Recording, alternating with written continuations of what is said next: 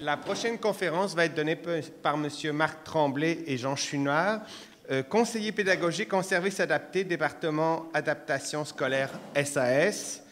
Ils vont vous présenter l'aide techno et la quête d'autonomie des jeunes en situation de handicap, compenser les difficultés en lecture et écriture, comment s'y retrouver.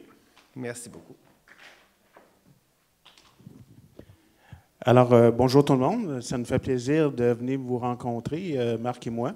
Peut-être un peu pour nous situer avant de commencer, nous venons de mettre sur pied une jeune entreprise qui s'appelle Solutions Aide Technologique.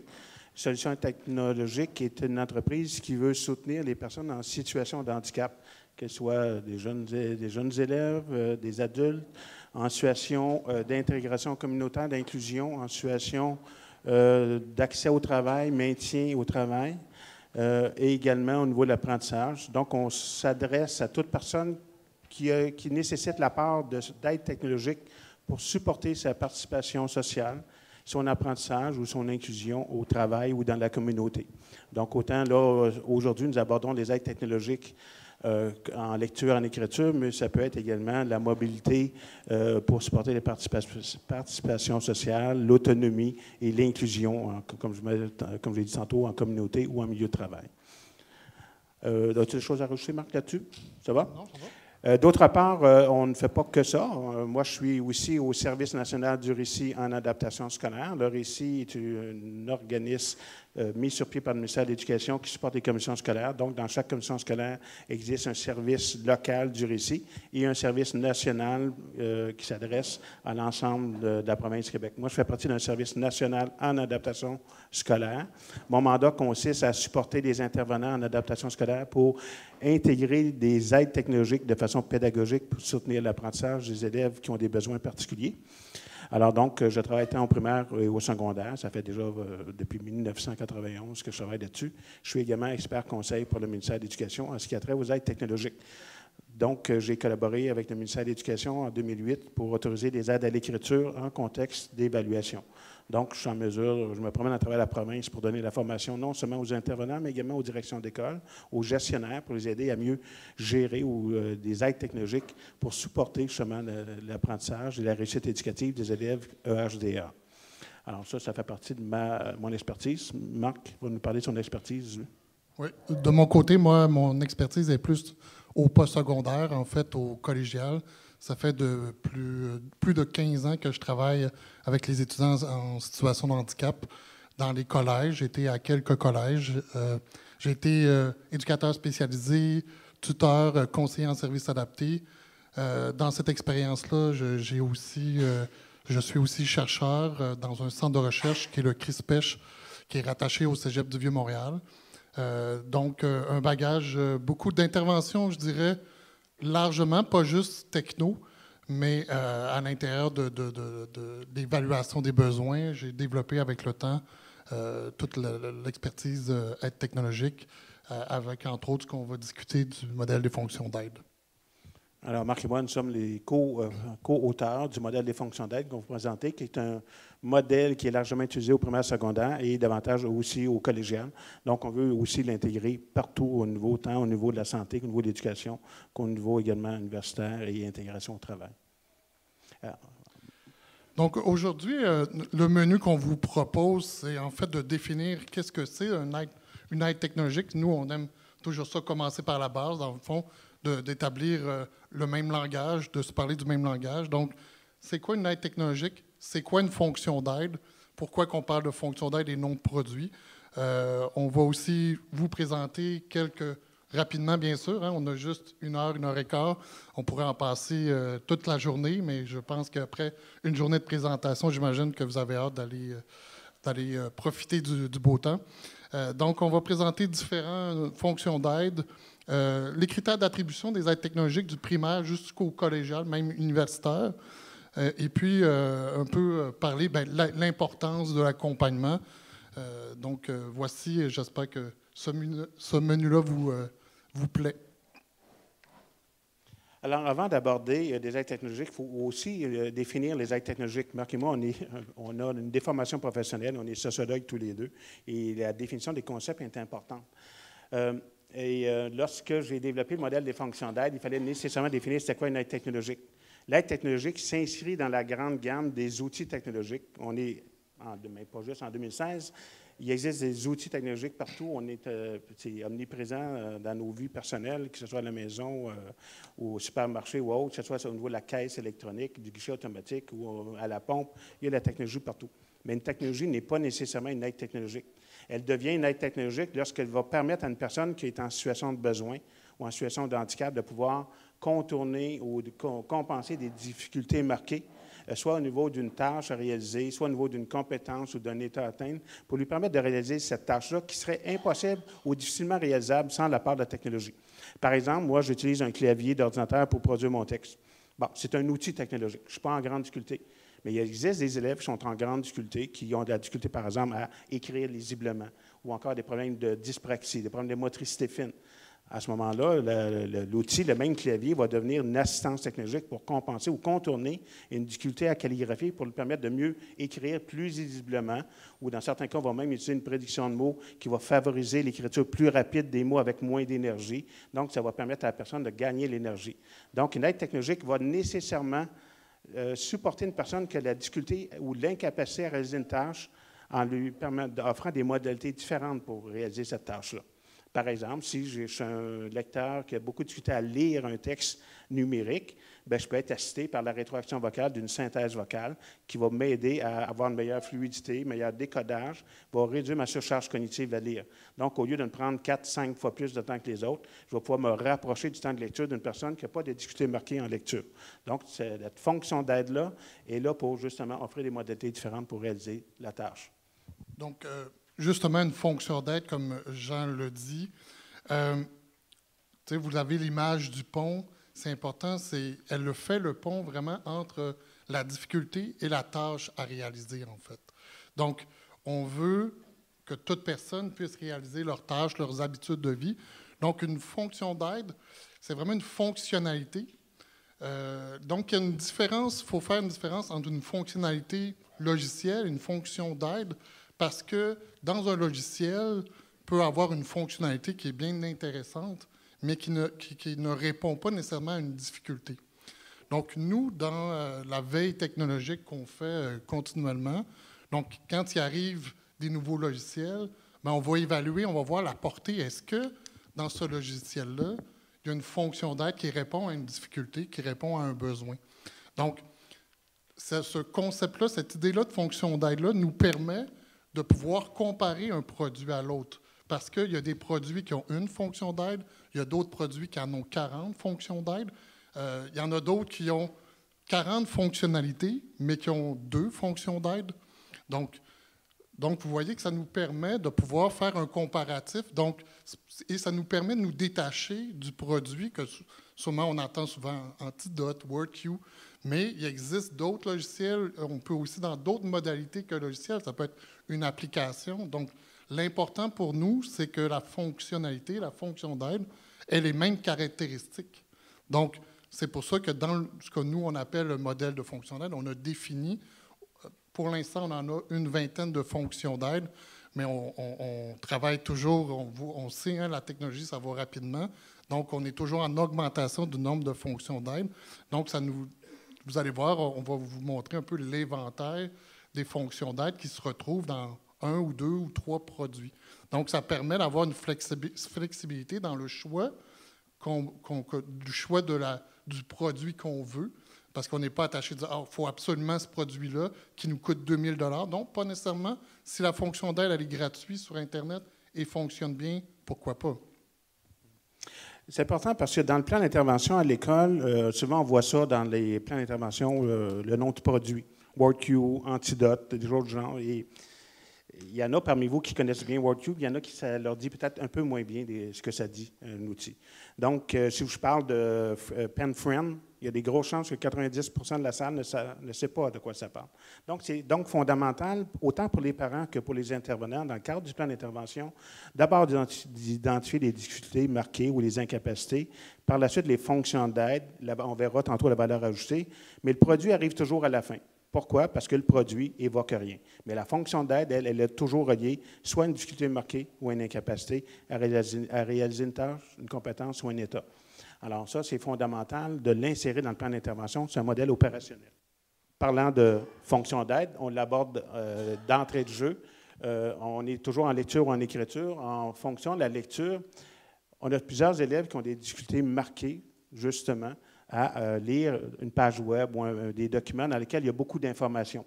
Ici, je prends un exemple d'un article de journal dans lequel vous allez voir des fois de la vidéo, vous allez voir aussi de la publicité qui va flasher, donc des animations flash. Ça devient des distracteurs visuels pour plusieurs de nos élèves.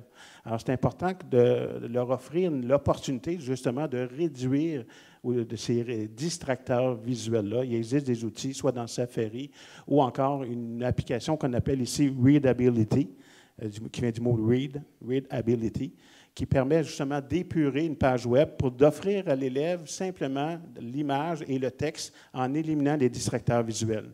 Ça permet d'épurer la page et d'arriver de simplifier la page pour que l'élève se concentre sur l'essentiel et ne soit pas distrait, par exemple, par une animation flash. Moi, ça m'arrive souvent. D'un coup, je me rends compte, ah zut, j'ai cliqué sur l'annonce de Ford. Je ne voulais pas cliquer sur l'annonce de Ford. Alors donc, un outil comme Readability ou d'autres épurateurs de pages, c'est une fonction d'aide très intéressante pour justement aider l'élève à conserver son attention sur le texte et non pas d'être distrait par les distracteurs visuels tels les animations. Une autre assistance, une autre fonction d'aide ici qui s'intitule « Assistance visuo-spatiale à la lecture ». Encore une fois, on a certains élèves qui ont de la difficulté à suivre la ligne d'un texte. Ils vont être distraits souvent, ils vont perdre, ils vont sauter une ligne. Alors, il existe des outils comme ici, c'est un produit qui s'intitule Claro Read Screen Ruler, qui consiste à créer une zone de surbrillance qui fait office de zone de lecture de texte, donc où l'élève est rendu dans sa page. Il peut bénéficier d'une zone de surbrillance précédée et suivie d'une zone ombragée qui va permettre de délimiter la zone de lecture et l'élève va pouvoir le suivre, de descendre sa zone de lecture. Il va toujours conserver sa zone de surbrillance sur la ligne qu'il veut lire. Donc, ça va encore une fois permettre à l'élève de mieux se concentrer sur la ligne de sa lecture et favoriser une meilleure compréhension de son texte.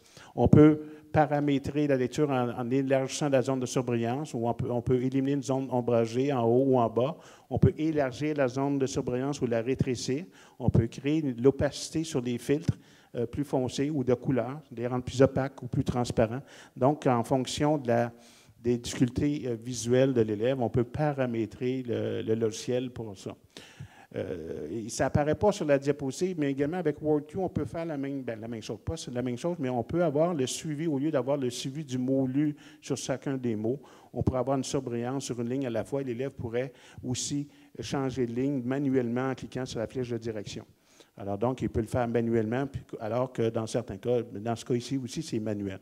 Donc, ça va permettre à l'élève de mieux suivre le texte qu'il est en train de lire à l'écran. Donc, rétroaction vocale par synthèse vocale, c'est une fonction d'aide que vous avez peut-être, si vous avez des enfants qui ont un plan d'intervention, c'est un classique. La rétroaction vocale, donc, dans le fond, c'est que ça permet à entendre le texte, soit le texte que la personne a à lire ou son propre texte, pour faire une relecture en vue de corriger son texte. La synthèse vocale, de plus en plus, c'est sûr que le classique, on connaît WordQ, mais de plus en plus intégré dans tout ce qui est appareil mobile, tout ce qui est, sans nommer une compagnie, Apple par exemple, vous avez toujours dans une section accessibilité, vous avez des fonctionnalités de base qui sont là. Vous avez dans les navigateurs comme Google Chrome, de plus en plus, on a la synthèse vocale qui s'intègre bien dans les appareils, donc que parfois on a de moins en moins besoin d'acheter un logiciel comme tel, mais ça s'intègre de plus en plus. Donc, d'après moi, dans 10 ans, ça va être une genre de fonction d'aide qui va être intégrée dans tous les systèmes d'exploitation, en fait. Moi, j'ai mon fils a 5 ans, puis même il a commencé à utiliser l'iPad très tôt. Il y a plein de fonctionnalités qui peuvent être utiles, parce que la synthèse vocale ne demande pas beaucoup de compétences, comme par exemple une autre fonction d'aide comme révision-correction qui demande beaucoup de compétences en français écrit, mais la synthèse vocale demande pas tellement de compétences, mais c'est sûr que il faut qu'il y ait une démarche, on va en parler, d'accompagnement. C'est sûr qu'on ne donne pas une fonction d'aide comme ça sans qu'il y ait un travail de stratégie. Mais si ça rentre bien dans la stratégie, moi, je ne mettrais pas de limite d'âge. C'est toujours relatif, ça, les âges. Il faut suivre l'enfant. Donc, il y en a qui vont être prêts très tôt, d'autres. Donc, il faut peut-être une intégration graduelle des fonctions d'aide. Mais la synthèse vocale, souvent, je pense que c'est une des celles qui va rentrer en premier, en fait. Je compléterais ce que Marc vient de dire en spécifiant que toutes les fonctions d'aide qu'on présente, on peut les utiliser dans 3 types de contextes. Dans un contexte d'apprentissage, d'abord, ce sont tous des outils pour soutenir l'apprentissage. On n'a pas besoin d'avoir un plan d'intervention nécessairement pour l'utiliser en contexte d'apprentissage. Ça devient des mesures d'adaptation lorsqu'on est en situation d'évaluation. Mais on pourrait supporter une personne qui apprend une nouvelle langue. On pourrait supporter un enfant qui est en train d'apprendre les mots en lui permettant de pouvoir bénéficier de la synthèse vocale qui va lui fournir une rétroaction vocale du mot qu'il est en train de lire. Donc, ça va supporter l'identification auditive avec le mot ou même avec l'image. Des fois, on a la triple association. Donc, ça va être un support à l'apprentissage. Ça peut être un support aussi à la rééducation, parce que là, l'élève a la difficulté à lire les mots, à comprendre ou à décoder les mots. On va s'en servir dans une perspective de rééducation.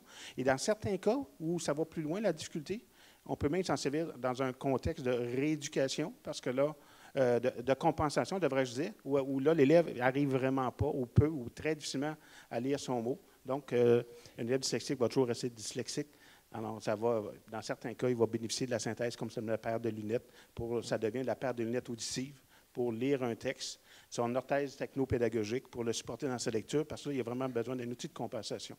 Et dans certains cas, ça va couvrir des incapacités. Si l'élève ou la personne aurait même une incapacité à associer les mots, il pourrait aussi avoir accès à la lecture sur le web par la synthèse vocale qu'il va lire à sa place. Donc, au lieu de compenser une difficulté, dans ce cas-là, il compense une incapacité. Donc, vous voyez qu'il y a plusieurs perspectives qu'on peut utiliser de la synthèse vocale, comme les différentes fonctions d'aide qu'on va vous présenter, selon à quoi on s'adresse. Soit en contexte d'apprentissage, de rééducation, compensation, supporter une difficulté ou supporter une incapacité. Est-ce que ça répond à votre question? OK. C'est bon? Donc, une autre fonction d'aide qui est, je dirais, une sorte jumelle à la rétroaction vocale, c'est la mise en évidence du voulu. Jean en a parlé un petit peu. Dans le fond, ça permet d'avoir une séquence de lecture, c'est-à-dire c'est une surbrillance, des fois c'est une flèche, qui permet de faire un rythme, donner un rythme dans la lecture. Donc, dans cette fonction d'aide-là, dans la majorité du temps, c'est ajustable selon la vitesse. Donc, ça peut se combiner avec la rétroaction vocale, mais ça pourrait être seulement la mise en évidence du mot lu pour donner en premier lieu un rythme de lecture. Donc, par exemple, une personne qui a des difficultés au niveau de l'attention, bien là, on pourrait permettre qu'il garde son attention sur le bon mot, donc le mettre en surbrillance, avoir une séquence selon son rythme pourrait être intéressant. Alors, la mise en évidence du mot-lu, on l'appelle, comme Marc l'a évoqué, aussi le suivi dynamique du mot-lu. Vraiment, c'est dans le mouvement. Et l'association des deux permet un investissement cognitif de la personne en mode de lecture. Parce que c'est pas, on peut aussi, juste dans un premier temps, dans une stratégie de lecture d'un texte qu'on est en train de commencer à lire, mettre la vitesse de lecture, moduler la vitesse de lecture, la mettre plus rapide dans un premier temps pour juste prendre connaissance d'un texte, puis par la suite réduire la vitesse de telle sorte qu'elle soit associée avec la mise en évidence. Et là, je m'investisse cognitivement dans la compréhension et l'effort cognitif pour chacun des mots que je suis en train de lire. Et là, ça va aider un peu plus la compréhension. Donc, une première connaissance, savoir de quoi parle le texte en accélérant. Après ça, on réduit la vitesse de lecture avec la mise en évidence du mot lu pour pouvoir mieux m'investir cognitivement dans chacun des mots ou des phrases du paragraphe. Une autre fonction d'aide intéressante, c'est l'idéation ou l'organisateur d'idées. On s'en sert beaucoup au niveau du processus d'écriture, notamment pour aider un élève qui a des grandes difficultés à organiser sa pensée, à faire un plan, à faire un résumé de lecture. Aussi. Donc, en quoi consiste l'idéateur ou l'organisateur d'idées? Bien, c'est une page blanche qui permet à des élèves qui sont de profil plus simultané de pouvoir lancer leurs idées de façon aléatoires dans un premier temps sur une feuille pour par la suite les organiser et les structurer, créer une arborescence dans sa pensée. Il y en a qui vont être plus à l'aise, les élèves ou les personnes qui sont plus séquentielles. Si je faisais un test ici, ceux qui sont séquentiels, ceux qui sont simultanés, on aura probablement une bonne répartition égale des simultanés et des séquentiels. Il y a des séquentiels qui vont aimer plus faire un plan séquentiel 1, 1.1, 2, 2.1, alors que d'autres personnes comme moi, je préfère lancer mes idées et les organiser par la suite. Donc, c'est ce que va nous offrir, par exemple, l'idéation, qui va nous permettre justement de lancer mes idées pour mieux les organiser, mieux les structurer en mode écriture, notamment pour faire mon plan, pour organiser ma pensée. Donc, ça va me permettre, par exemple, de créer mon thème principal, de créer mes idées secondaires, puis après ça, je vais pouvoir transférer ce plan-là en mode rédaction dans un traitement de texte. C'est une application qu'on trouve, bon, il y a deux choses. On peut retrouver un idéateur en mode logiciel sur un portable. Il y en existe des gratuits. OK, des gratuits sur le web. Si vous faites idéateur, si vous faites en anglais mind mapping ou organisateur d'idées ou idéateur, vous allez en trouver plusieurs gratuits ou payants. Ici, on en a un à droite qui s'appelle Poplet, qu'on va retrouver sur le web. Donc, dans n'importe quel navigateur, vous allez l'avoir en ligne. Vous pouvez l'avoir également sur une application iPad. Donc, vous voyez que c'est assez facile d'organiser. On peut insérer des images. Dans certains cas, on peut même insérer du son ou des hyperliens. Donc, ça devient fort intéressant à faire une présentation où j'ai mon plan d'organiser. Je clique sur un hyperlien et là, il y a une séquence vidéo de ce que je vais présenter. Donc, ça bonifie beaucoup une présentation. Et je dirais aussi, ça a l'autre avantage. On va être discret, mais ce n'est pas possible.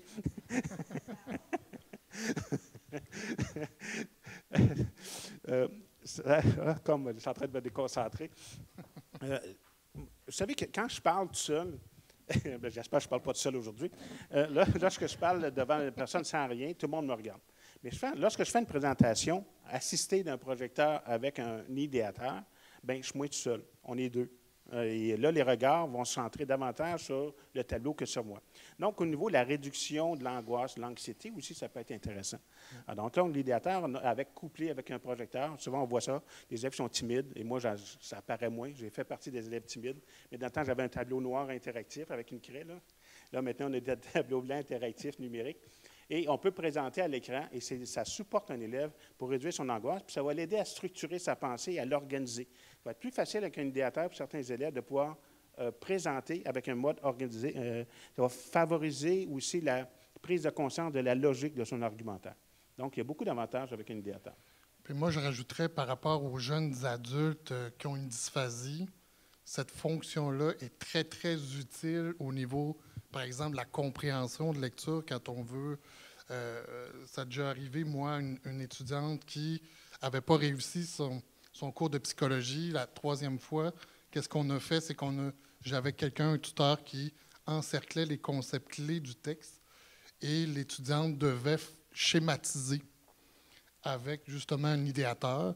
Parce que c'est sûr qu'elle peut le faire à la main, mais c'est beaucoup moins flexible, c'est plus facilitant en ordinateur. Puis, elle a réussi son cours de psychologie, donc elle a réussi à aller plus loin dans la compréhension. Moi, cette fonction d'aide-là, je la trouve très utile au niveau d'organiser les idées pour étudier, pour avoir une vue d'ensemble. Donc, on peut avoir une vue d'ensemble, une vue micro ou macro. Donc, c'est une fonction d'aide qui, oui, demande du travail de la part de l'élève, de la personne, mais pour arriver à une meilleure compréhension, c'est tout à fait génial. Puis c'est en même temps ludique aussi parce qu'il peut déplacer, c'est plus actif que de le faire à la main, donc ça demande beaucoup moins d'efforts cognitifs parce que justement, comme Jean le disait, on peut déterminer la séquence qu'on veut, de la manière qu'on veut travailler. Donc, on peut le faire séquentiel ou tout d'un coup faire le schéma. Donc, c'est une excellente fonction d'aide, en tout cas, moi, dans mon expérience avec une personne qui a une dysphasie. Pour notamment le résumé de lecture, c'est plus facile, les acteurs, les sujets, les actions avec un idéateur, ça va permettre d'avoir une meilleure compréhension d'ensemble en colligeant les notes de lecture. Donc, une fonction d'aide, l'édition de texte, le plus classique. Édition de texte, quand on parle, c'est vraiment une fonction isolée, c'est la fonction, pas de correction, mais juste le fait d'écrire à l'ordinateur. Donc, Au début, je me rappelle, on avait eu des discussions. Est-ce que c'est une fonction d'aide ou c'est pas une fonction d'aide? Dans la dernière recherche qu'on a faite, nous, avec des sujets jeunes adultes qui ont un trouble d'apprentissage, on a observé, on a vu qu'on les faisait écrire à la main, on les faisait écrire à l'ordinateur, puis on rajoutait graduellement des fonctions d'aide. Et l'effet le plus significatif, c'était entre le fait de ne pas écrire à la main, mais d'écrire à l'ordinateur. Puis on est encore là, dans le système d'éducation, parfois, de prioriser l'écriture à la main et non à l'ordinateur. Donc, dans un concept d'accessibilité universelle à la lecture-écriture, donc de pouvoir permettre de plus en plus d'utiliser l'édition de texte peut faire la grande différence parce que c'est beaucoup plus flexible. Écrire, vous le savez, hein, vous avez tous écrit à l'ordinateur, c'est beaucoup plus flexible. On peut arriver à développer des stratégies de réécriture intéressantes. Donc, sur le plan cognitif, on peut, parce que vous le savez, quand on écrit, ça demande un effort cognitif tel, donc il faut penser à nos idées, il faut les traduire en mots, après ça, il faut le transcrire à l'ordinateur, donc il faut corriger. Donc, tous ces efforts-là, on place souvent la personne qui a une situation de handicap, qui a un trouble cognitif, en surcharge cognitive. Donc, l'idée à la base de pouvoir permettre cette flexibilité-là, de dire non, sors tous les mots qui sont dans ta tête, puis après ça, on pourra les réécrire, on pourra modifier. Juste cette fonctionnalité-là. Et bien sûr, cette fonctionnalité-là nous donne accès aux autres fonctions. Donc, si à la base, on refuse cette fonction-là, donc, à la limite, on refuse la synthèse vocale, on refuse révision-correction. Donc, c'est à la base même de la plupart des autres fonctions d'aide. Puis aussi, pour rajouter, vous voyez à l'écran, en plus, ça peut nous amener sur le plan pédagogique à avoir par exemple, Google Drive. Vous avez la possibilité d'avoir tout l'historique de ce que la personne a écrit. Donc, c'est intéressant. Donc, on voit dans une section, Google Drive, c'est un éditeur de texte sur le web, gratuit. Donc, ce qui est intéressant, de plus en plus, on voit ça. Moi, je vois ça au niveau collégial, les enseignants. J'ai un enseignant en histoire qui utilise Google Drive. Ça lui permet, lui, comme enseignant, parce que dans le fond, le document est partageable. Donc, l'étudiant doit partager son document de travail. Et puis, on peut voir tout le processus. Donc, ici, vous voyez à droite, là, donc on voit quand il a corrigé, ils ont enlevé quelque chose. Donc, ça nous donne des indices. Par exemple, si un orthopédagogue ou un autre intervenant peut voir, OK, la démarche qui a été faite là, pendant l'écriture.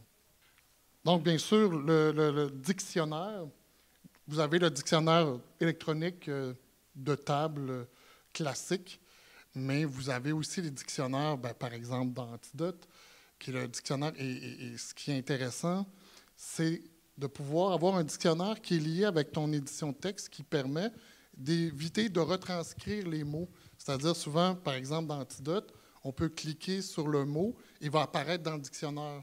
Et donc, si je veux mettre un synonyme, par exemple, je fais juste cliquer puis le transcrire dans le texte. Donc, ça évite beaucoup d'erreurs de transcription. Tu sais, quand on a un dictionnaire, par exemple, de papier, bon, je trouve le mot, là, il faut que je le transcrive. Mais on le sait qu'il y a beaucoup d'élèves, de personnes qui, justement, si tu as une dysphasie, tu as une dyslexie, ça va être dur. Donc, le fait d'avoir un dictionnaire comme ça électronique, pour moi, ce que j'ai observé, c'est ça ajoute, comment je dirais ça, ça favorise l'utilisation du dictionnaire. Moi, j'ai vu des jeunes adultes arriver au collégial, le dictionnaire, parce qu'il y avait un trouble d'apprentissage, il était rébuté il n'aimait pas du tout le dictionnaire, tu sais, c'était le pire ennemi. Mais avec un dictionnaire comme ça, à la place de prendre 10 minutes pour chercher un mot, ça lui prenait 30 secondes. Juste ça, c'était une grande victoire. Donc, c'est-à-dire, là, après ça, il faut juste développer des stratégies. Mais après ça, c'est important, vous savez, de la définition des mots. Donc, le dictionnaire édition de texte et dictionnaire, on dit, c'est classique, c'est dans nos mœurs, mais pas nécessairement pour les jeunes. C'est pas établi de bien utiliser un dictionnaire. Dans certains cas, on peut aussi coupler la synthèse vocale qui va lire les définitions, ça peut l'aider. Je ne dis pas que c'est parfait, mais ça peut être un complément pour faciliter sa compréhension. Dans le mode informatique, il y a des dictionnaires. Si on regarde le dictionnaire Antidote, il y a des courtes définitions. Encore là, des fois, la contrepartie de ça, c'est qu'elle n'est pas toujours aussi précise, mais ça peut donner au moins une idée. Ou en ligne, on peut trouver un certain nombre de dictionnaires en ligne, puis là, choisissez celui qui convient. Il y en a qui c'est des très longues définitions, puis il y en a c'est 2 ou 3. En ligne, on peut en trouver, puis il s'agit de trouver le bon qui nous convient davantage. Mais si on couple avec la synthèse vocale, ça peut être intéressant à ce moment-là pour mieux comprendre. Mais encore une fois, il n'y a pas d'outil parfait encore.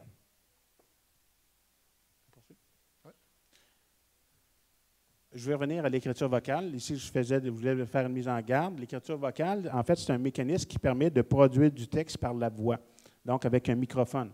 Exemple, maintenant, il y a des très bonnes reconnaissances vocales. Si j'évoque la reconnaissance vocale sur la tablette iPad avec la voix de Siri, S-I-R-I, elle est couplée avec le web, elle est dynamique et elle est reliée avec un méga serveur, elle est très efficace. Mais ça prend une bonne locution. Mais pour ceux qui ont une bonne locution, ça peut être un outil intéressant, surtout pour les élèves qui ont des grandes difficultés marquées ou des incapacités à écrire convenablement, soit bien orthographié ou autre. Par contre, je fais aussi une mise en garde dans le contexte d'évaluation ministérielle, c'est vu comme une modification. Mais si j'étais avec un élève de 17-18 ans qui aurait un niveau de 3e année primaire, puis qui s'en va vers le marché du travail ou qui s'intègre dans la communauté par après, où je veux développer l'autonomie fonctionnelle, peut-être que je n'hésiterai pas à l'amener vers l'utilisation efficace de la reconnaissance vocale pour lui permettre dorénavant de lui aussi d'avoir la chance de produire des textes, mais cette fois-ci non pas par la main, mais par la voix. Alors donc, la reconnaissance vocale, c'est une des fonctions d'aide qui est de plus en plus performante, qui permet à des personnes de compenser ou de contourner des graves difficultés motrices de dyspraxie ou encore une fois de difficultés importantes à orthographier. Alors donc, c'est un outil qui est intéressant. Et d'autre part, il nous permet également de faire des commandes vocales, c'est-à-dire de pouvoir faire des manœuvres en demandant, par exemple, si je prends Siri, de pouvoir m'aider à me géolocaliser, en lui demandant de m'aider à me déplacer vers la bibliothèque municipale la plus proche. Il va me créer un Google Maps en me permettant de voir l'itinéraire. Je pourrais consulter aussi, ajouter un rendez-vous en demandant à Siri d'ajouter un rendez-vous à 2 heures chez le médecin. Il va le faire de façon automatique sans que j'aille à ouvrir les applications et l'écrire moi-même. Donc, il y a des possibilités énormes par la commande vocale et l'écriture vocale. Ça aussi, ça fait partie des fonctions d'aide intéressantes à exploiter dans l'avenir. Donc, une autre fonction d'aide, bien sûr, la révision-correction. Vous la retrouvez dans Antidote, mais aussi dans Cordial et d'autres logiciels. La révision-correction, quand on parle de révision-correction, c'est vraiment la fonction qui nous permet, qu'il y a un soulignement, qu'il y a des alertes, en fait, et la personne a une rétroaction sur son texte. Donc, ça permet de pouvoir vérifier les doutes qui sont soulignés. Bien sûr, ce genre de fonction-là demande une connaissance quand même de base du français, donc ce n'est pas un correcteur automatique. Donc, c'est intéressant parce que ça amène à avoir un effet miroir sur le texte. Donc, ça permet de vraiment objectiver notre texte. Donc, ça, c'est vraiment intéressant, puis c'est vraiment utile pour l'ensemble des personnes qui ont vraiment des difficultés au niveau de la correction, mais au niveau de l'écriture aussi. Donc, cette fonction d'aide-là qui vise les soulignements, c'est vraiment intéressant. Elle va être combinée à l'autre fonction d'aide, qui est révision analyse linguistique, qui aujourd'hui se retrouve pas mal juste dans Antidote, mais c'est la révision, on sépare les deux fonctions d'aide parce que celle-là amène, en fait, on n'est pas dans les soulignements des erreurs, on n'est pas dans les soulignements d'alerte, mais on est plutôt comment on peut enrichir le texte. Et cette fonctionnalité-là, qui est souvent mal connue, en fait, parce que dans la fonctionnalité de révision linguistique, c'est qu'on peut aller chercher, par exemple, la répétition des mots, la tournure des phrases. Donc, on peut aller chercher des éléments du texte pour corriger. Puis, cette fonction-là peut être intéressante parce qu'un correcteur comme Antidote a des limites, bien sûr, et les grandes limites, c'est la syntaxe des phrases, la structure des phrases. Et si on parle de quelqu'un qui a une dysphasie, souvent, c'est la syntaxe des phrases. Donc, Antidote et la fonction révision-correction est souvent pas, d'un premier abord, très, très efficace. Parce qu'on va retrouver beaucoup de barres verticales dans Antidote. Donc, parce que Antidote ne réussit pas à analyser, parce que sur la base, si la phrase elle est mal structurée, Antidote n'est pas très efficace. Donc, autant sur le sens des mots aussi. Donc, là, si on parle de syntaxe et sens des mots, principalement, c'est souvent des difficultés qu'on retrouve chez quelqu'un qui a une dysphasie. Donc, c'est sûr qu'Antidote, oui, c'est bien pour l'orthographe et tout ça, mais pour la syntaxe, donc, il faut aller explorer, exploiter cette fonction d'aide-là qui peut nous permettre d'aller chercher les phrases trop longues, d'aller chercher des phrases qui n'ont pas de verbe conjugué, par exemple. Donc, ça, c'est un travail ici de stratégie. Ça ne se fait pas. Moi, j'ai rarement vu un jeune adulte au cégep utiliser ça par lui-même. Soit qu'il l'utilise parce que quelqu'un l'a accompagné, ou c'est moi qui l'accompagne, parce que rendu, on augmente les exigences. Donc là, la qualité du texte atteint pas la norme minimale. Donc, il faut aller explorer souvent ces fonctions d'aide-là, qui, à mon sens, ça se fait graduellement, mais c'est sûr que ces deux fonctionnalités-là demandent beaucoup d'accompagnement, surtout chez un jeune. Donc, ça ne pourrait pas apparaître comme ça. Il y a un gros travail derrière d'apprentissage de la langue française. Puis, actuellement, ce qui est intéressant aussi, avec des versions nouvelles, par exemple, dans Antidote 9, vous avez la possibilité de l'avoir en anglais aussi. Donc, ça, c'est une révolution aussi par rapport au correcteur, parce qu'il n'y avait pas de correcteur comme tel en anglais. Donc, ça, c'est intéressant. Actuellement, c'est sûr que les logiciels, comment ils fonctionnent d'un correcteur, ils fonctionnent sur la capacité d'analyser la phrase, donc de décoder que ce mot-là, il y a une fonction et tout ça. Fait que c'est sûr que si la phrase, elle est tout à l'envers, où il manque un mot, donc là, il ne pourra pas cibler si c'est un sujet, si c'est un verbe, si c'est un complément. Donc, dans ce temps-là, c'est sûr que moi, je vous dirais qu'en ce moment, comment je compense pour ça, c'est que nous, on a ce qu'on appelle au niveau collégial le soutien à la correction. Donc, c'est une vraie personne qui souligne les erreurs après d'avoir utilisé Antidote, qui permet de cibler un peu plus les structures de phrases. Donc, nous, la logique, c'est cet accommodement-là compense pour Antidote. Antidote compense pour les difficultés de correction, puis soutien à la correction compense Antidote. Donc, c'est notre logique actuelle pour répondre justement au fait que, oui, Antidote, il y a encore des limites, mais c'est pour nous, quand on donne soutien à la correction, c'est quand même des cas d'exception. On ne donne pas ça à tous, mais surtout pour je ne sais pas si votre fils, mais personnes à dysphasie, souvent, on va avoir recours au soutien à la correction parce que la syntaxe sont pas fonctionnelles. Donc, malheureusement, comme on dit, Antidote, ce n'est pas un logiciel qui a été fait pour les personnes en difficulté. Hein, on le sait. On l'utilise parce qu'il est quand même pertinent, mais il n'est pas dédié à ça. Un jour, on va peut-être avoir plus de logiciels qui sont vraiment développés pour supporter les personnes qui ont notamment des problèmes de syntaxe. J'ajouterais à ça que pour les élèves qui peuvent développer une conscience au niveau de la rétroaction vocale, si on combine au niveau de la relecture, pour certains élèves, en relecture d'une phrase qu'ils ont produite, ils vont pouvoir peut-être prendre conscience qu'il manque un mot ou qu'il y a une syntaxe erronée. Mais ce n'est pas tout le monde qui peut en prendre conscience. Encore une fois, ça se peut que l'élève, même s'il entend rouge école, il pense que c'est bon, si c'est dans sa tête. C'est ça, ou rouge voiture. Donc, ça sera encore là peut-être pas suffisant. Donc, on est en attente de ces outils-là qui vont s'adresser à la syntaxe d'élèves qui ont plus de difficultés à ce niveau-là. C'est une des forces de la rétroaction vocale, dans la mesure où l'élève est capable de s'auto-réguler. En fait, c'est très métacognitif. Hein. Cette rétroaction vocale-là fait office d'écho vocal pour permettre cette prise de conscience-là. En fait, le but des fonctions d'aide, c'est d'émettre à la conscience. Alors, lorsque l'élève se relie, il va se rendre compte, pour certains, ils vont se rendre compte qu'il manque un mot, que la syntaxe est erronée ou qu'il manque une ponctuation. Donc, mais je veux juste rajouter, ce que Marc l'a abordé, l'importance de l'intervention humaine, parce que la technologie en soi, elle ne fait pas de miracle. Puis, ce n'est pas montré à être utilisé de façon stratégique et technique de façon efficace, l'élève peut mal utiliser la technologie. Donc, l'importance de l'intervention humaine de l'enseignant, du parent, de l'orthopédagogue, de l'orthophoniste, d'avoir des stratégies métacognitives dans l'utilisation des aides technologiques, comme il le ferait sans aide technologique. On rentre dans la grande catégorie des prédicteurs de mots.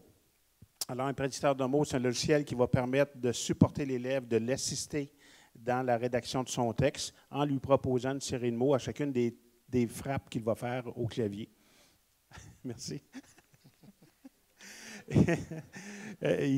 Donc, pour des élèves qui ont des grandes difficultés, soit au niveau de l'évocation du mot, soit au niveau de justement l'écriture orthographique et grammaticale du mot, bien, le prédicteur de mots va accompagner ces élèves-là. Un des premiers logiciels de prédiction de mots qu'on connaît, évidemment, c'est WordQ, qui est un prédicteur de correspondance orthographique. Donc, il va faire des propositions selon la nature orthographique des mots. Vous avez également un autre produit ici qui s'intitule DICOM. DICOM est gratuit, mais il est peu paramétrable par rapport à WordQ. Il est moins performant, mais il est gratuit. Si jamais vous n'avez pas les moyens de vous acheter un prédicteur de mots, c'est un logiciel de surface qui s'utilise avec plusieurs applications. Alors, donc, c'est un des premiers prédicteurs de mots. Dans la démarche du plan d'intervention, j'insiste beaucoup sur la progression de l'utilisation des outils en lien avec le degré de difficulté des élèves. On va évoquer le prédicteur phonologique. Vous avez mentionné le Lexibar, il y en existe d'autres. Là, je vais y arriver tout de suite. Je vais les présenter, après ça, je vais revenir avec ma démarche. Autre prédicteur, justement, c'est le prédicteur correspondance phonologique. Vous en avez plusieurs. Il y en existe 4 au moins au Québec. Vous avez en premier lieu Médialexie ou Correcdis. Mais en fait, Correcdis, c'est une version écourtée de Médialexie que vous avez ici en haut. Alors, c'est un prédicteur phonologique. En fait, d'abord, on va expliquer c'est quoi un prédicteur phonologique. Le prédicteur phonologique, c'est un prédicteur de mots, mais au lieu de proposer des mots selon la nature orthographique, il va le faire selon une correspondance phonologique. Donc, si l'élève a tendance à écrire au son, comme dans le cas ici, regarde les oiseaux. Alors, le logiciel va rapidement identifier que oiseau, ça a une consonance phonologique, et donc il va lui proposer oiseau. Alors, c'est la même chose dans le cas de Lexibar. L'élève écrit les éléphants. Évidemment, il y a ici une correspondance orthographique et une correspondance phonologique. Vous voyez que s'il y avait une seule correspondance orthographique, il ne proposerait pas. Mais avec la correspondance phonologique, il va y proposer les éléphants parce qu'il fait le lien, la liaison ici. Vous avez également ici Sprint Plus, qui est un autre prédicteur de mots correspondance phonologique, et Woody, qui est un autre prédicteur de mots correspondance phonologique, qui offre à la fois la correspondance orthographique et phonologique. Alors ici, par exemple, les tomates, il va y proposer, même si les élèves écrivent TAUM, il va y proposer tomates bien écrites. Les plus connus sont Médialexie et Lexibar au Québec. Ça en est d'autres. Eux ont des dictionnaires référents visuels comme Médialexie. Dans le cas de Lexibar, on va le voir aussi, il y a une association, une assistance visuelle. C'est-à-dire que le logiciel également va, comme dans le cas des éléphants ici, il va offrir un pictogramme du mot éléphant. Donc, ça va aider beaucoup nos élèves, non seulement d'avoir une correspondance phonologique, mais d'avoir une assistance visuelle correspondant au mot. Donc, ça va être plus facile pour certains élèves d'identifier rapidement le mot qu'ils veulent écrire. Donc, c'est des prédicteurs phonologiques. Vous avez également ce qu'on appelle la fonction de co-occurrence, c'est-à-dire qu'il va anticiper la prochaine catégorie de mots. Dans ce cas ici, s'il est allé, je fais l'espace, il va me proposer des propositions. Il n'a, exemple, pas, des. Donc, il va anticiper la prochaine catégorie de mots. C'est ce qu'on appelle la co-occurrence. Maintenant, est-ce que, souvent, j'assiste dans le débat, c'est mieux un prédicteur, c'est mieux de Lexibar, là on nomme des produits, c'est mieux de Lexibar que WordQ, ou Médialexie que WordQ. C'est un mauvais raisonnement. Ce n'est pas parce qu'il y a un outil qu'on pense plus performant qui est plus adéquat. Moi, je ne veux pas sur-outiller l'élève, je ne veux pas le sous-outiller. Alors, c'est pour ça que dans la démarche du plan d'intervention, j'insiste sur le fait de dire qu'il faut progresser dans les outils en fonction du degré de difficulté de l'élève. Je ne veux pas arriver trop vite avec un prédicteur phonologique. Je veux qu'auparavant, l'élève s'investisse cognitivement dans la bonne orthographe du mot. C'est pour ça qu'un outil comme WordQ actuellement a sa place, parce qu'il s'entête à proposer la bonne orthographe. Donc, il y a un investissement cognitif et une stratégie à enseigner avec ça dans l'utilisation du prédicteur orthographique, qui est indispensable. Par contre, pour certains élèves, ça va suffire. Pour d'autres, par contre, ça sera insuffisant. Pour beaucoup d'élèves du physique, ça sera insuffisant. Et c'est là qu'il faut peut-être penser au prédicteur phonologique. Et en plus, dans ce cas-là, si on regarde Lexibar, qui ajoute une assistance visuelle, je pense que aussi, si on démontre que le prédicteur orthographique n'est pas suffisant, il faut investiguer l'ajout ou l'utilisation d'un prédicteur phonologique avec assistance visuelle. Ici, comme deux fonctions d'aide qui est représentée à l'écran, mais du côté droit, vous avez le classique enregistreur numérique. Donc, quand on est dans un cours où on a à prendre des notes, ben, l'enregistreur peut être intéressant. Donc, ça peut s'enregistrer il y a plusieurs types d'enregistreurs, que ce soit par l'appareil mobile ou tablette ou le fameux enregistreur de base. Ce qui est intéressant, c'est l'autre fonctionnalité, c'est surtout de celle-là que je veux parler, c'est surtout le stylo numérique enregistreur. Peut-être que d'entre vous, vous le connaissez déjà. Souvent, on va entendre parler de Smart Pen. C'est un crayon vraiment intéressant parce qu'en fait, la personne écrit. Ben, on prend des notes à l'écrit avec un cahier, bien sûr, spécial, mais on peut enregistrer aussi la voix du prof, la voix de qui, ça dépend si on est dans le contexte de travail, contexte d'éducation. Donc, ce qui est intéressant, c'est qu'il y a une synchronisation entre l'écriture et l'enregistrement. Donc, avec le cahier, par exemple, puis maintenant, tu peux l'avoir aussi directement sur la tablette, là. Tu peux avoir une transcription automatique sur la tablette, ce que vous avez à l'écran. Vous avez la version classique que vous écrivez à la main. Donc, ce qui est intéressant, c'est que vous cliquez à une place où, mettons, le soir, vous reprenez vos notes. Donc, cliquez, puis là, vous pouvez réentendre la partie de ce que l'enseignant disait pendant ce que j'étais en train de prendre mes notes. Donc, la différence avec l'enregistreur, c'est que souvent, on est obligé de tout réécouter. Donc, c'est beaucoup d'efforts. Souvent, cette stratégie-là est souvent abandonnée rapidement. Mais avec le crayon Smart Pen, par exemple, le crayon numérique et enregistreur, c'est qu'on peut réécouter. Donc, le soir, on revise nos notes, on dit « Hey, ce bout-là, là, j'ai rien d'écrit. » Donc là, je peux réécouter ce bout-là. Donc, ce qui est intéressant, c'est dans ma révision de mes notes, de ma prise de notes, ben, je peux focusser rapidement où. Donc, il y a toute une stratégie qui peut se développer aussi autour de ce crayon-là parce que la personne est moins obligée de prendre tous les détails des notes. Il peut juste écrire sur sa feuille, « OK, ça va être un examen. » Donc, je mets ça sur mon cahier. Puis le soir, je réécoute vraiment pour être sûr de dire, « Ah oui, c'est vrai, l'examen va être sur le chapitre 1, 2, 3. » Parce que vous le savez, quand on prend des notes cognitivement, c'est vraiment beaucoup de choses qui arrivent en même temps. Il faut que j'écoute, il faut que je trouve le bon mot. J'écris. Donc, on peut, pour quelqu'un, par exemple, qui a un problème d'attention, difficulté attentionnelle, c'est vraiment, vraiment utile. Parce qu'on peut dire, regarde, pas obligé de tout écrire. Focus sur ce que l'enseignant dit, écoute bien, puis là, tu mets juste des mots-clés dans ton cahier. Donc, une fonctionnalité à connaître. Bien sûr, il y a l'enjeu par rapport à ce crayon-là, c'est l'acceptation des enseignants de se faire enregistrer. C'est le défi numéro 1, parce qu'il y aurait plus, je suis sûr, plus de personnes qui utiliseraient le crayon si il y aurait une plus grande ouverture. Nous, comment on arrive à contourner, je dirais, c'est qu'on fait signer à l'étudiant, à l'élève, un consentement comme quoi l'enregistrement ne sera pas sur Internet, donc ne sera pas repris partout. Donc, je ne sais pas au primaire, secondaire, si c'est un enjeu, mais au post-secondaire, c'est un enjeu important, les droits d'auteur puis les droits de... Donc, on fait signer un consentement que l'enseignant, l'étudiant et le service adapté signent. Donc, habituellement, l'enseignant est beaucoup plus ouvert une fois qu'on a signé le consentement. Il faut dire d'abord que c'est un outil qui est peu utilisé au primaire secondaire, mais la question est entière, effectivement. Il va falloir développer peut-être des ententes, des expérimentations. Mais ce qui est important, c'est la responsabilité. Il y a un élément de responsabilité. Évidemment, on ne veut pas prendre le prof en défaut. Donc, c'est pour ça que beaucoup d'enseignants sont plus frileux à ça, mais ça reste à développer cette entente-là. Parce qu'au bout de la ligne, il y a un autre enjeu qu'on ne doit pas oublier, c'est qu'on veut que l'élève qui a enlevé son situation d'inéquité pour lui permettre d'avoir des notes de cours qui lui permettent de pouvoir suivre son cours. Donc, il faut trouver une solution pour résoudre ce problème-là. Mais c'est à faire. Il existe également ce qu'on appelle des environnements d'aide à l'écriture en ligne ou ce que j'appelle aussi des aides intégrées. Par exemple, ici, avec ici dans Google Chrome, le navigateur Google Chrome et Google Drive, qui est l'info nuagique, c'est-à-dire qu'on peut travailler sur le web. Il existe toutes les applications qu'on connaît qui sont sur le web. l'élève peut bénéficier d'un ensemble d'environnements d'aide à l'écriture qui regroupe à peu près tous les fonctions d'aide dont on vous a parlé tantôt, que ce soit la synthèse vocale, la reconnaissance vocale, les dictionnaires, les traducteurs, l'assistance visuelle. Ici, vous avez une assistance visuelle. Si vous mettez votre curseur sur un mot, il va vous donner un picto qui va vous accompagner pour mieux comprendre ce que veut dire le mot.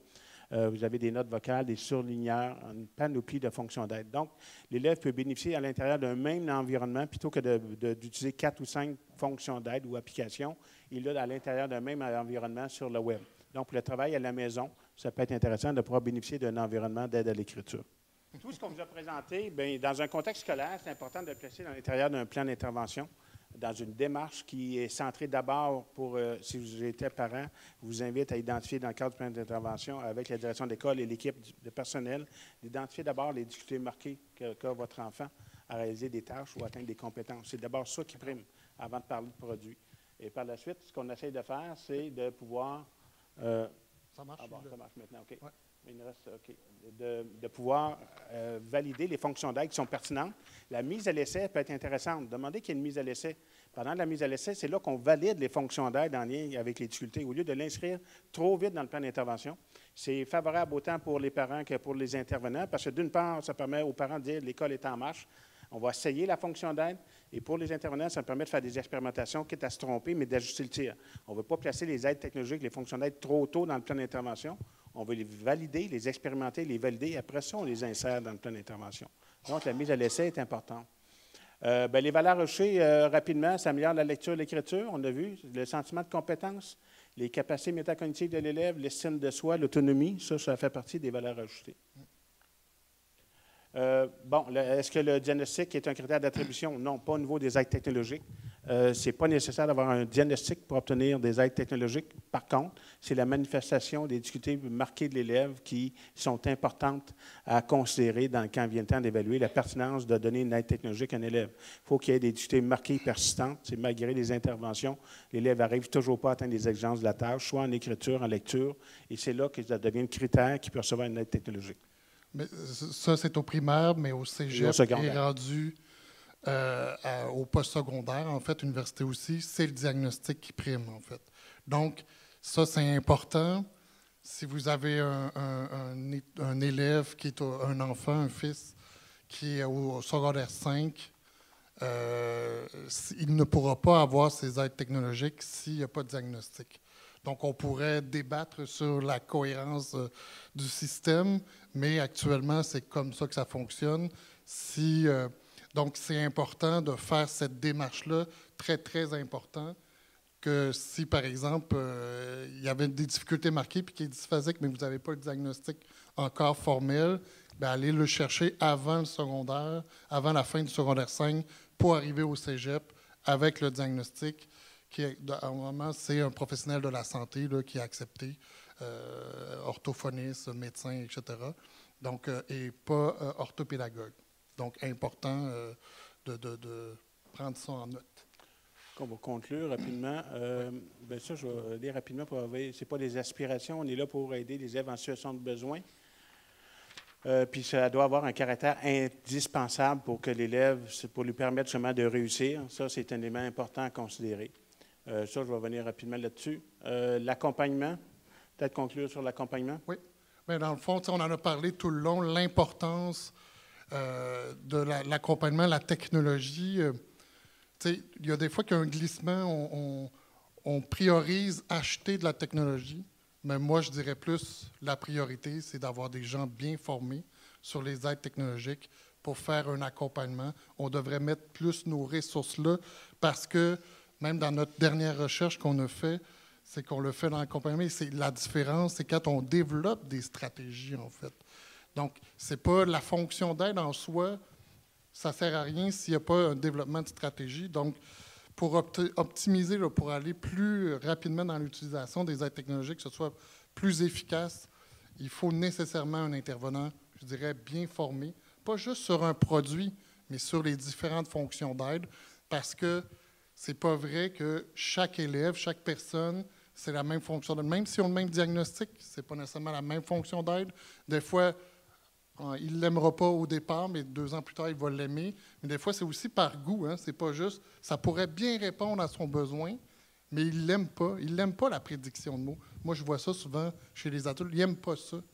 Est-ce que je vais le forcer à utiliser ou on va l'accompagner ailleurs? On va trouver plus d'autres façons, d'autres fonctions d'aide. Donc, l'importance de l'accompagnement, ça, on pourrait en parler des heures. Donc, ben, dans le fond, les aides technologiques, hein, c'est vraiment dans l'optique de la quête d'autonomie. Hein. C'est vraiment d'avoir une pratique autonome avec les fonctions d'aide. Ça permet très souvent de compenser les difficultés. Donc, la personne peut, va développer cette confiance-là, peut faire les choses tout seul, peut décider, par exemple, avec un jeune adulte, peut décider de faire son texte à 2 heures du matin et non attendre sa mère ou attendre quelqu'un pour pouvoir corriger son texte. Donc, la technologie amène cette autonomie-là indispensable, je pense, pour que le jeune élève du primaire secondaire, moi je le vois, il s'en va vers le post-secondaire, qui demande plus d'autonomie, et sur le marché du travail aussi. Donc, il faut être capable de développer cette autonomie-là. Donc, elle est donc, je dirais, essentielle. Donc, les aides technologiques, pour nous, c'est sûr que ce n'est pas la panacée, ce n'est pas la seule chose qu'ils doivent mettre en place. Ça doit être enrobé de d'autres choses, de d'autres stratégies non technologiques.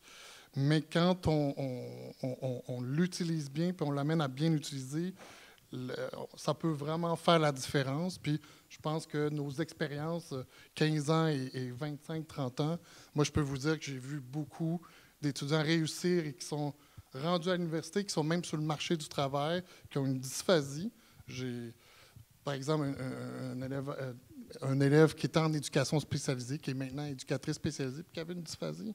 Donc, il y a plein d'exemples très, très positifs qui sont en lien peut-être pas juste avec la technologie, mais qu'avec le développement de technologie, ça leur a permis d'aller vers leur aspiration, vers leurs idéaux, vers le métier qu'ils voulaient faire. Donc, je pense que c'est essentiel qu'on s'en parle, puis comme parents aussi, que vous soyez à l'affût de la bonne aide technologique, pas le beau logiciel qui coûte 2000 $, mais la fonction d'aide qui va répondre réellement aux besoins. Puis qu'elle coûte 2 $, ou qu'elle soit gratuite, ou qu'elle coûte 2000 $, l'important, c'est que ça réponde aux besoins. Merci. Voilà.